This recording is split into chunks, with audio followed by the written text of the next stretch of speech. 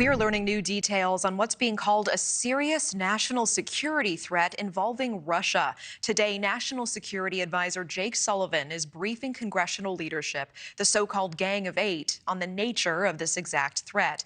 The danger reportedly involves Russian efforts to develop space weapons capable of destroying satellites, possibly ones with nuclear capabilities. News Nation's Joe Khalil live for us on Capitol Hill. Joe, I know you've been speaking with your sources yesterday and today. What more are we learning now?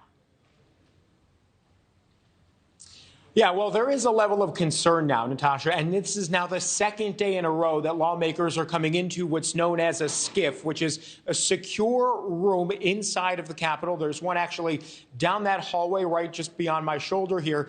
And lawmakers are hearing classified information. They're seeing classified material relating to a national security threat that you've just laid out. Now, what we can report on the nature of that threat is that there is something involving Russian military capabilities in space and Russian weapons capabilities in space. Beyond that, the details we don't have, and they're going to be hard to get, because what lawmakers are looking at now, as we've been saying, is classified, meaning if they share it, they're breaking the law. They cannot do that. So it's going to be hard to go beyond what we have now in terms of the nature of this threat. But what we can tell you is what lawmakers are sharing about how they're feeling coming out of there, their level of concern. And we do have some of that for you that we got from, again, these lawmakers who talked to us after having seen this material. Here's what some said.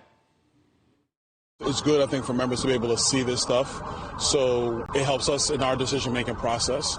At the end of the day, the White House needs to take this seriously. As long as they do that, I think we'll be just fine. I would ask the Speaker to work with us to make sure that security, national security, is not politics. Something happens in this country, okay, that's a violation of our breach of duty to our citizens of this country. I should add that Speaker of the House Mike Johnson did say he didn't feel like there was any cause for alarm among the American public yesterday as it relates to this national security threat. Johnson is going to be one of a group of 8 members, the Gang of 8, to get a briefing from Jake Sullivan later on this afternoon, the White House National Security Advisor, who will be coming here to the Capitol with a team to brief the Gang of 8. So these are the top leaders in both the Republican and Democratic parties in the House and Senate, and also the top members of the intelligence committees from both parties in the House and Senate. They are going to be getting a detailed briefing, which we presume is going to include a lot more information than what rank and file members are getting from us right now behind us in these, closed-door SCIF sessions. Okay, I appreciate the breakdown. And Joe, meanwhile, the way that we learned about all of this was itself pretty unusual. The chairman of the House Intelligence Committee basically made public his request to the president to declassify this material on Wednesday. What are you hearing about the way this went down?